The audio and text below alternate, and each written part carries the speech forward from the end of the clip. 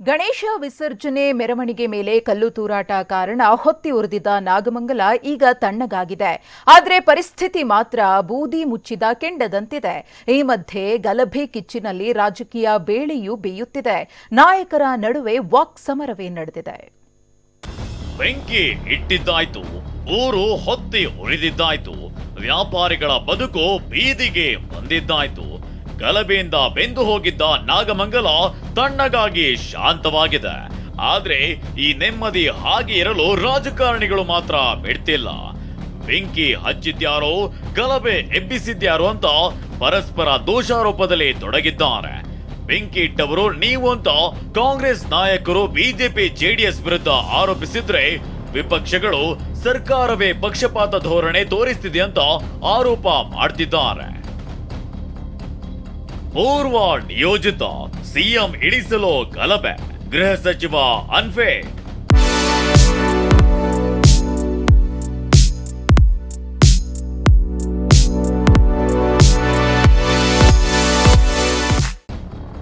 ರಾಜ್ಯ ಸರ್ಕಾರದ ವಿರುದ್ಧ ಕೇಂದ್ರ ಸಚಿವ ಕುಮಾರಸ್ವಾಮಿ ವಾಗ್ದಾಳಿ.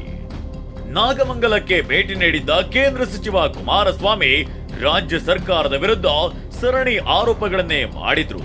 ಇದೊಂದು ಪೂರ್ವ ನಿಯೋಜಿತ ಕೃತ್ಯ. ವೀರೇಂದ್ರ ಪಾಟೀಲ್ರನ್ನ ಸಿಎಂ ಸ್ಥಾನದಿಂದ ಇಳಿಸಲು ಗಲಭೆ ನಡೆದಿತ್ತು, ಹಾಗೆ ಆಗಿರಬಹುದು. ಗೃಹ ಸಚಿವರಾಗಲು ಪರಮೇಶ್ವರ್ ಅನ್ಫಿಟ್ ಅಂತ ಬೆಂಕಿ ಉಗುಳಿದ್ರು. ಮೊದಲೇ ಸಿದ್ಧತೆ ಮಾಡದೇ ಇದ್ದಿದ್ರೆ ಕಲ್ಲು ತೂರಾಟ ನಡೀತು. ಎಲ್ಲಿತ್ತು ಕಲ್ಲಲ್ಲಿ? ರಸ್ತೆ ಒಳಗೆ ಕಲ್ಲಿತ್ತ? ಹೈವೇ ಅಲ್ಲೇನು ಜಲ್ಲಿಗಿಲ್ಲಿ ಹಾಕಿದ್ರ ರಸ್ತೆನಲ್ಲಿ? ಎಲ್ಲಿಂದ ಬಂತು ಕಲ್ಲು? ಎಲ್ಲಿಂದ ಬಂತು ತಲವಾರು? ಎಲ್ಲಿಂದ ಬಂತು ಪೆಟ್ರೋಲ್ ನಿಮ್ಮ ಬಾಂಬ್ಗಳು? 1990ರಲ್ಲಿ ವೀರೇಂದ್ರ ಪಾಟೀಲ್ ಅವರನ್ನ ಮುಖ್ಯಮಂತ್ರಿ ಸ್ಥಾನದಿಂದ ಇಳಿಸ್ಲಿಕ್ಕೆ ಇದೇ ರಾಮನಗರ ಚನ್ನಪಟ್ಟಣದಲ್ಲಿ ಇದೇ ರೀತಿಯಲ್ಲಿ ಅಂಗಡಿಗಳಿಗೆ ನುಗ್ಗಿ ಬೆಂಕಿ ಇಟ್ಟು ದೊಡ್ಡ ಮಟ್ಟದಲ್ಲಿ ಲ್ಯಾಂಡ್ ಆರ್ಡರ್ ಪ್ರಾಬ್ಲಮ್ ಕ್ರಿಯೇಟ್ ಮಾಡಿದ್ರಲ್ಲ, ಅದನ್ನು ನಾನು ನೆನಪಿಸ್ಕೊಡ್ತೀನಿ. 1990 ನಾನು ಪರಮೇಶ್ವರ್ ಅವ್ರಿಗೆ ಹೇಳ್ತೇನೆ, ಈ ರೀತಿಯ ಹೇಳಿಕೆ ಕೊಡ್ತಕ್ಕಂಥವ್ರ ಮುಖಾಂತರ ನಿಮ್ಮ ಗೃಹ ಇಲಾಖೆ ಇವತ್ತು ಯಾವ ಸಂದೇಶವನ್ನು ನಾಡಿನ ಜನತೆಗೆ ನೀವು ಕೊಡ್ಲಿಕ್ಕೆ ಹೊರಟಿದ್ದೀರಿ? ಚಿಲ್ಲರೆಯಾಗಿ ಮಾತನಾಡಬೇಡಿ, ನಿಮ್ಮ ಸರ್ಟಿಫಿಕೇಟ್ ಬೇಕಿಲ್ಲ. ಎಚ್.ಡಿ. ಕುಮಾರಸ್ವಾಮಿ ಮಾತಿಗೆ ಕಾಂಗ್ರೆಸ್ ನಾಯಕರು ಕೆಂಡ. ಕಾಂಗ್ರೆಸ್ ವಿರುದ್ಧ ಆರೋಪ ಮಾಡಿದ ಕುಮಾರಸ್ವಾಮಿ ವಿರುದ್ಧ ಕಾಂಗ್ರೆಸ್ ನಾಯಕರು ಕೆಂಡ ಕಾರಿದ್ದಾರೆ. ಚಿಲ್ಲರೆಯಾಗಿ ಮಾತನಾಡಬೇಡಿ ಅಂತ ಎಚ್.ಸಿ. ಬಾಲಕೃಷ್ಣ, ನನಗೆ ಕುಮಾರಸ್ವಾಮಿ ಸರ್ಟಿಫಿಕೇಟ್ ಬೇಕಿಲ್ಲ ಅಂತ ಗೃಹ ಸಚಿವ ಪರಮೇಶ್ವರ್ ತಿರುಗೇಟು ಕೊಟ್ಟಿದ್ದಾರೆ. ನಾನು ಈ ರಾಜ್ಯದಲ್ಲಿ ಗೃಹ ಸಚಿವನಾಗಿ ಜವಾಬ್ದಾರಿಯಿಂದ ಕೆಲಸ ಮಾಡ್ತಿದ್ದೇನೆ. ನನಗೆ ಇವ್ರ ಸರ್ಟಿಫಿಕೇಟ್ ಬೇಕಾಗಿಲ್ಲ. ಮಾಡಿ ಟ್ವಿಸ್ಟ್ ಮಾಡಿ ಟರ್ನ್ ಮಾಡಿ ಪರಮೇಶ್ವರ್ ಹಿಂಗೆ ಹೇಳಿದ್ರು, ಸಣ್ಣದು ಅಂದ್ರು, ದೊಡ್ಡದು ಅಂದ್ರು, ಇದೆಲ್ಲ ನನಗೂ ಗೊತ್ತಿದೆ, ನನಗೂ ಮಾತಾಡಕ್ ಬರುತ್ತೆ. ಸುಮ್ಮನೆ ಈ ರೀತಿ ಚಿಲ್ಲರೆ ಹೇಳಿಕೆಗಳನ್ನ ಕೇಂದ್ರದ ಮಂತ್ರಿಯಾಗಿ ಮಾತಾಡೋದನ್ನ ಬಿಡಬೇಕು ಅಂತೇಳಿ ನಾನು ನಮ್ಮ ಮಾಜಿ ನಾಯಕರಲ್ಲಿ ಮನವಿ ಮಾಡ್ತೀನಿ. ಚಿಲ್ಚಿಲ್ರೆಯಾಗಿ ಅವ್ರು ಇವಾಗ ಕೇಂದ್ರದ ಮಂತ್ರಿಗಳವರು ಚಿಲ್ಚಿಲ್ರೆಯಾಗಿ ಮಾತಾಡ್ತಕ್ಕಂಥದ್ದನ್ನ ಬಿಡಬೇಕು. ಮಂಡ್ಯ, ನಾಗಮಂಗಲ, ಕರ್ನಾಟಕ ಈ 3 ಹೆಸರುಗಳು ಇಡೀ ದೇಶಾದ್ಯಂತ ಚಿರಪರಿಚಿತರಾಗಿ ಮಾಡುವಂಥದ್ರಲ್ಲಿ ಬಿಜೆಪಿ, RSS, JDSನವರು ಕೊಂಚ ಮಟ್ಟಿಗೆ ಸಕ್ಸಸ್ನ ಕಂಡಿರುವಂಥದ್ದು ನಾವು ಕಾಣ್ತಾ ಇದ್ದೀವಿ. ಮೈಸೂರಲ್ಲಿ ಈ ಕೋಮುಗಲಭೆಯನ್ನು ಸೃಷ್ಟಿ ಮಾಡಬೇಕು, ಫ್ಲೇರಪ್ ಮಾಡಬೇಕು ಅನ್ನುವಂಥದ್ದು ಇದ್ದಂಥದ್ದು. ಗಲಭೆ ಎಫೆಕ್ಟ್, ಗುಪ್ತಚರ ಅಧಿಕಾರಿಗಳ ವರ್ಗಾವಣೆ. ಗಲಭೆ ಬೆನ್ನಲ್ಲೇ ನಾಗಮಂಗಲ ಪೊಲೀಸ್ ಠಾಣೆಯ ಇನ್ಸ್ಪೆಕ್ಟರ್ ಅನ್ನ ಸಸ್ಪೆಂಡ್ ಮಾಡಿದ ರಾಜ್ಯ ಸರ್ಕಾರ ಗುಪ್ತಚರ ಇಲಾಖೆಯ ಅಧಿಕಾರಿಗಳನ್ನು ವರ್ಗಾವಣೆ ಮಾಡಿದ್ದಾರೆ. KV ಶರತ್ಚಂದ್ರ ಅವರನ್ನ ನೇಮಕಾತಿ ವಿಭಾಗದ ADGPಯಾಗಿ ಟ್ರಾನ್ಸ್ಫರ್ ಮಾಡಿರುವ ಸರ್ಕಾರ ಗುಪ್ತಚರ ಇಲಾಖೆ ADGPಯಾಗಿ ಹೇಮಂತ್ ನಿಂಬಾಳ್ಕರ್ ಅನ್ನ ನೇಮಿಸಿದೆ.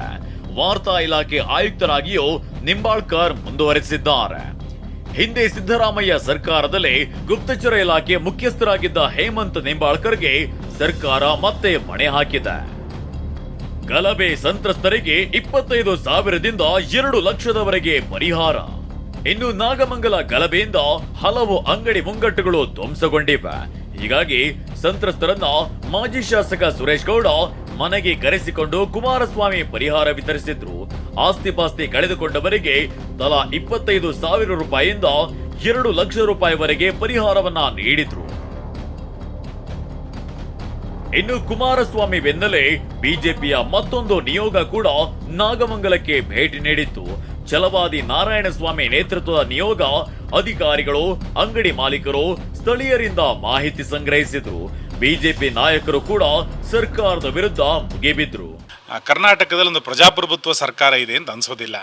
ಬದಲಾಗಿ ಕ್ರಿಮಿನಲ್ಗಳಿಗೆ, ಗೂಂಡಾಗಳಿಗೆ ಬೆಂಬಲಿಸುವಂಥ ಸರ್ಕಾರ ಇದು ಅಂತ ಅನಿಸ್ಲಿಕ್ಕೆ ಪ್ರಾರಂಭ ಆಗಿದೆ. ಹೆಂಗೆ ಸಣ್ಣ ಘಟನೆ ಆಗುತ್ತೆ? ಮೆರವಣಿಗೆ, ಗಣಪತಿ ಮೆರವಣಿಗೆ ಮೇಲೆ ಚಪ್ಪಲಿ ಹಾಕಿದ್ದನ್ನ ಸಣ್ಣ ಘಟನೆ ಅಂತ ಕರೀಲಿಕ್ಕಾಗತ್ತಾ? ಮುಸಲ್ಮಾನರ ಪೆಟ್ರೋಲ್ ಬಾಂಬು, ತಲವಾರು, ಕಲ್ಲು ಇವುಗಳಿಂದ ರಕ್ಷಣೆ ಕೊಡಲಿಲ್ಲ ಅಂತಂದ್ರೆ ನಮ್ಮನ್ನು ನಾವು ರಕ್ಷಣೆ ಮಾಡ್ಕೊಳ್ಳೋಕೆ ಗಣೇಶೋತ್ಸವ ಮೆರವಣಿಗೆಯಲ್ಲಿ ನಾವು ಕೈಯಲ್ಲಿ ಪೆಟ್ರೋಲ್ ಬಾಂಬು, ತಲವಾರ ಹಿಡ್ಕೊಂಡು ಬರಬೇಕಾಗುತ್ತೆ. ಪರಿಸ್ಥಿತಿ ಕೈ ಮೀರಿದ್ರೆ ಅದಕ್ಕೆ ಸಿದ್ದರಾಮಯ್ಯನವರು ನೇರವಾಗಿ ಹೊಣೆ ಆಗಿರ್ತಾರೆ. ಹಿಂದೂಗಳ ಆಸ್ತಿ ಪಾಸ್ತಿನೇ ನಷ್ಟ ಆಗಿದೆ, ಮತ್ತೆ ಅವ್ರ ಮೇಲೆ ಕೇಸ್ ಹಾಕದ? ಏಟುಗಳು ತಿಂದಿದ್ದಾರೆ ಹಿಂದೂಗಳು, ಅವ್ರ ಮೇಲೆನೆ ಏಟು ಹಾಕದ? ಈ ಸರ್ಕಾರಕ್ಕೆ ನಾಚಿಕೆ, ಮಾನ, ಮರ್ಯಾದೆ, ಗೌರವ ಏನೇನು ಇಲ್ಲ. ಆದ್ರಿಂದ ನಾನು ಈ ಸರ್ಕಾರದ ನಡೆನುಡಿಯ ಬಗ್ಗೆ ಕೂಡಲೇ ರಾಜ್ಯಪಾಲರು ಮಧ್ಯಪ್ರವೇಶವನ್ನು ಮಾಡಬೇಕು ಅಂತೇಳಿ ಈ ಸಂದರ್ಭದಲ್ಲಿ ನಾನು ಹೇಳ್ತೇನೆ. ರಾಜ್ಯ ಬಿಜೆಪಿಯಿಂದ ಸತ್ಯಶೋಧನಾ ಸಮಿತಿ ರಚನೆ. ಇನ್ನು ರಾಜ್ಯ ಬಿಜೆಪಿ ನಾಗಮಂಗಲ ಗಲಭೆ ಬಗ್ಗೆ ಸತ್ಯಶೋಧನಾ ಸಮಿತಿ ಕೂಡ ರಚನೆ ಮಾಡಿದೆ. ಮಾಜಿ ಸಚಿವ ಅಶ್ವಥ್ ನಾರಾಯಣ್ ನೇತೃತ್ವದಲ್ಲಿ ತಂಡ ರಚಿಸಿದೆ. ಒಟ್ನಲ್ಲಿ ನಾಗಮಂಗಲ ಬೆಂಕಿಯಲ್ಲಿ 3 ಪಕ್ಷಗಳು ಚಳಿ ಕಾಯಿಸಿಕೊಳ್ಳುವ ಕೆಲಸ ಮಾಡ್ತಿವೆ. ಬಡ ವ್ಯಾಪಾರಿಗಳ ಗೋಳು ಮಾತ್ರ ನೋಡೋಕ್ಕಾಗಲ್ಲ. Bureau report, TV9.